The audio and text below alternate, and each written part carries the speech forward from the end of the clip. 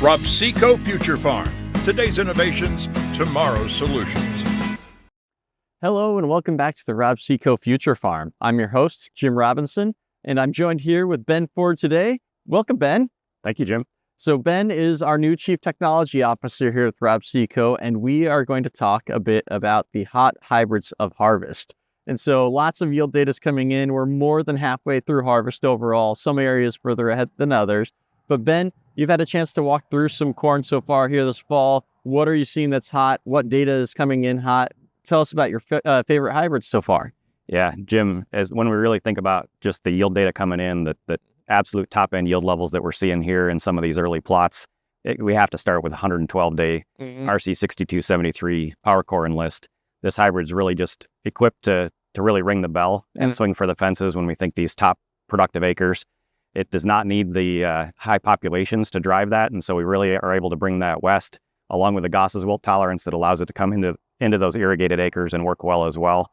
It really starts the season strong, finishes out well, it dries down well, where we are pushing it to be a full 112-day full season hybrid in those environments, and just is really tough to beat when we get onto these highly productive acres. Oh, absolutely. I mean, we're seeing some really big yields out of 6273 on the top end yield spectrum on those most productive acres. But for sure, not everybody has those super productive acres. So what are you seeing that maturity range that may be a little bit better suited for the tougher acre as we push farther south? Yeah, when I think the variable acre, when I think about those acres in Kansas kind of coming up through Nebraska into southern Iowa, the hybrid that really jumps to the top is RC6334.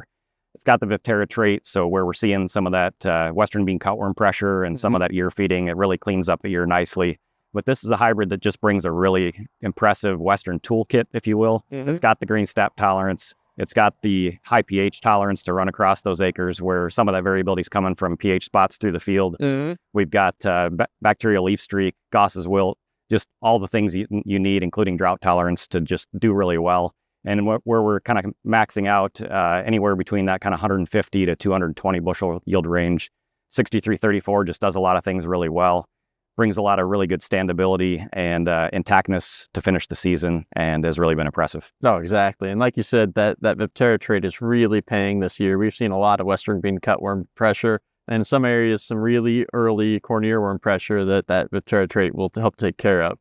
And to add to that, I mean, the hybrids carrying that event, the VIP3A protein itself, I might add one hybrid as RC6808. It's a really full season, 118-day hybrid that pushes south extremely well because of its heat tolerance. It has really good drought tolerance, but boy, can it yield. I mean, any plot that has come in where that hybrid has had the ability to take advantage of the full season, it has been extremely dominant in. So we're seeing that from South Texas all the way up into parts of Nebraska, parts of Iowa, Delmarva, just areas where you can plant 118-day products. Absolutely.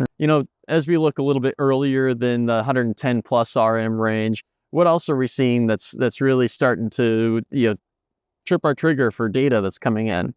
Yeah, I think first at 107-day with RC5768, this is a VT Double Pro.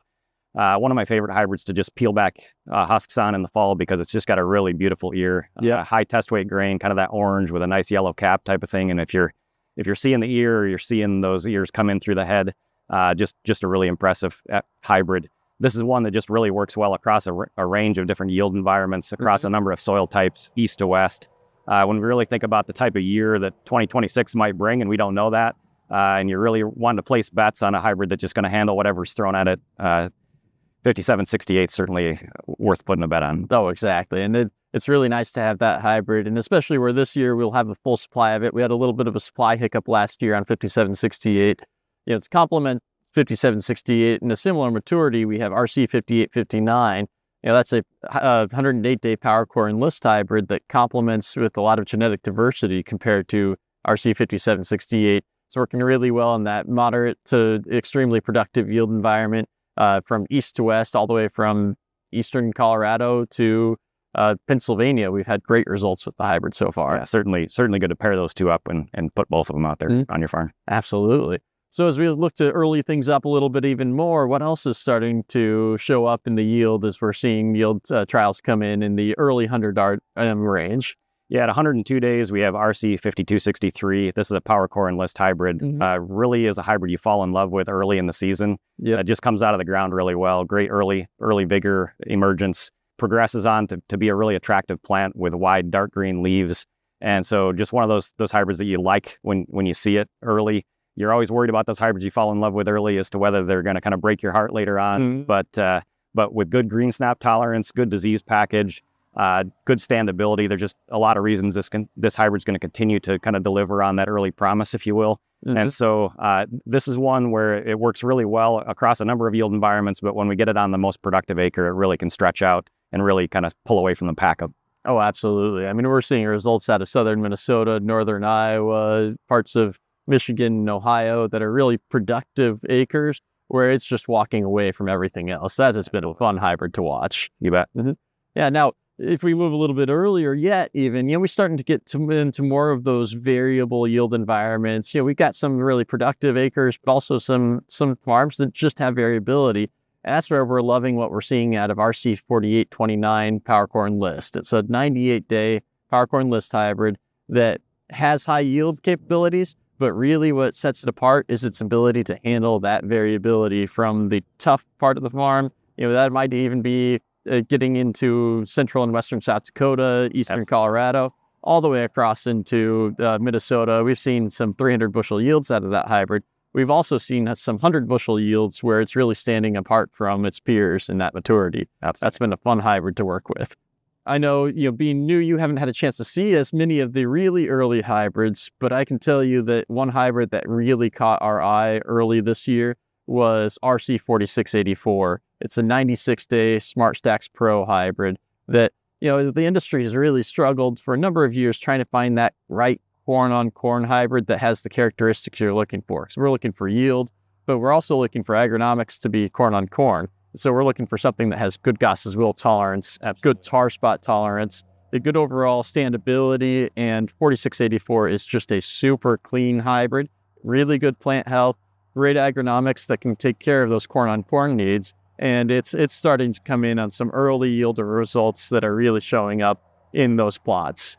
And I do like pairing that with some earlier hybrids too, where we have RC 4122, a brand new 91-day double pro that is just super attractive. It has a really fun ear type where you get a lot of kernel depth and a lot of girth on that ear with reasonable length. It's not going to be the longest ear, but with the high-end yield potential that this hybrid has, combined with excellent root strength and a root type that allows you to take it west into some tough environments, that's where that hybrid's going to shine, is that it can progress from east to west, and it can basically handle anything that you throw at it.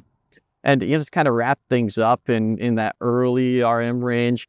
One hybrid that I've loved it since last year is RC 3721. This is an 87-day Viptera hybrid that has a really, really good late season plant health package that comes with it. And so it can take advantage of any kind of a full season that we get out of the year. If we get a nice September into early October, it's going to continue depositing starch in that ear on these big wide kernels and overall just out yield its 87-day relative maturity, yielding with those 91, 92-day hybrids. So it's been a lot of fun. Yeah, absolutely. I did see that hybrid in one plot that I got to walk in my first looks at some of this early material. It was the earliest hybrid in the plot and was one of the most impressive. So certainly one you can pair up and move into that package with some later season. Oh, absolutely. I think we're going to have a lot of really happy customers across all these relative maturity ranges with some really good options looking at 2026. So with that, thank you, Ben. Thanks for joining me today. My pleasure. Ropseco Future Farm. Today's innovations, tomorrow's solutions.